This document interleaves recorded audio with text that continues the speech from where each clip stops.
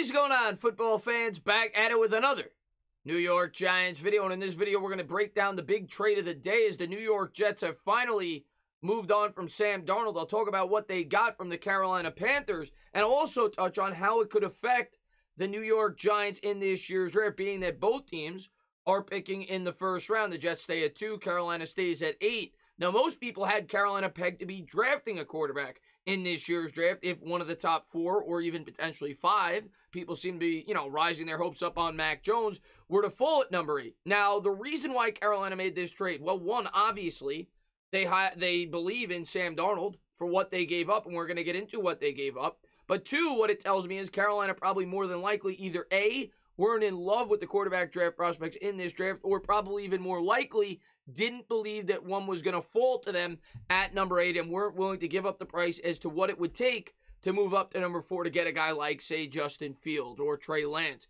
That is the only thing that makes rational sense to me.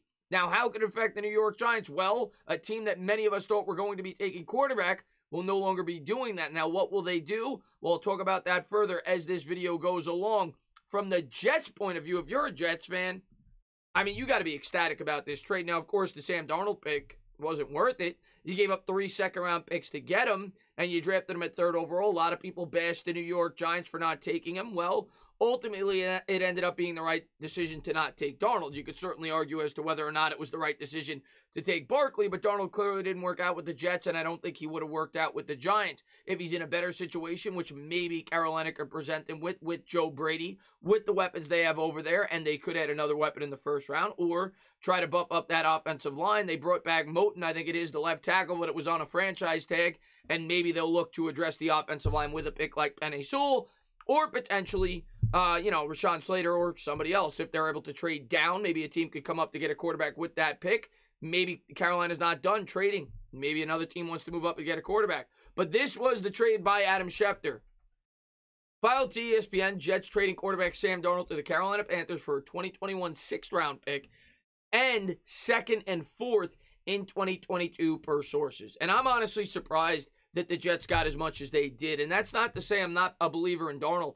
I often bash the Jets for not giving Darnold the proper arsenal of weapons and support needed for him to be successful with the New York Jets. But it was the right decision to move on for the Jets for the simple reason he's entering the 4th year of his rookie contract. You still don't know what you have, and you have the ability to take Zach Wilson there with that pick and reset the rookie clock and try to give him a better support system than what you gave to Sam Darnold. So with all that being said, knowing that the Jets were in a position where they were going to have to trade Sam Darnold, and the fact that he's getting paid a good amount of money, being that he was the 3rd overall pick and he's in the last year of his rookie salary, for the Jets to get a 2nd, a 4th, and a 6th, and granted, I know that there are future 2nd and 4th, that's still a good amount for Sam Darnold, who to this point in his career has been a failed quarterback. Granted, he did have a winning record just 2 years ago. People forget about that with the Jets. 7-6. He sat out 3 games due to mono. But last year, it was a complete and utter disaster, even though he didn't have much of a team around him. And I'm sure that's what Carolina's looking at. They're saying, oh, we got DJ Moore. We've got wide receivers here. We've got his former receiver with Robbie Anderson, and maybe they're planning to give him another one. Or, like I said, try to buff up that offensive line, and they feel like he could be a good fit there. It's certainly a ballsy move by the second-year head coach Matt Rule and Carolina as they look for Sam Darnold to inevitably be the franchise quarterback for that football team. I don't see why else you would have made this trade. Of course, Bridgewater's still on the team, and maybe Teddy Bridgewater will be cut at the conclusion of this year. He certainly won't be cut this year, and they plan to hand the torch over to Sam Darnold. I think Darnold could be successful if put in the right situation. I still question whether or not Carolina is that situation. I'm not too up to date as how good their offensive line is. I think they have decent weapons. If they add a guy like Devontae Smith or Kyle Pitts or someone like that, it'll give Darnold an even better opportunity. Now, how does it affect the New York Giants? Well, this was a team that was once predicted to go quarterback if a quarterback was there, being that Bridgewater wasn't the long-term answer. They're clearly not doing that now. If they stay at 8, they will absolutely either take an offensive lineman or a wide receiver. So if you're a Giants fan that wants them to take one of those 2 positions, and they stay at 8, that is what they will be doing. Now, that may not alter it too much because it's still very possible a team like the Lions or the Falcons that we heard today may trade out of that spot for a team to move up and get a quarterback. But if you look around the teams in the NFL right now, Carolina would have been one of those teams that you thought could have moved up to 4 from 8 to get that quarterback.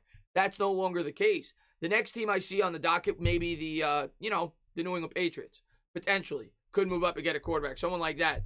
We're going to have to wait and see how it all plays out, but interesting stuff going on in the NFL today as the New York Jets get a boatload, at least in my opinion, for Sam Darnold, and much more than they could have potentially got. And if there are no trades back up into the first round, yes, depending the way that Carolina goes, it will make it less likely that either one of the top 4 wide receivers will get to the Giants or a player like Rashawn Slater. The Giants still may be showing interest in the edge rusher market. They've been to a ton of pro days for those players, but I think a lot of Giants fans are leaning either wide receiver or offensive line to try to continue to help Daniel Jones out. So if you look at it from that perspective, yeah, it could be bad news for the Giants that one of those players may not get there. For the Jets, it's a home run. If you're a Jet fan, you knew Darnold was gone anyway. You got to be happy with this trade.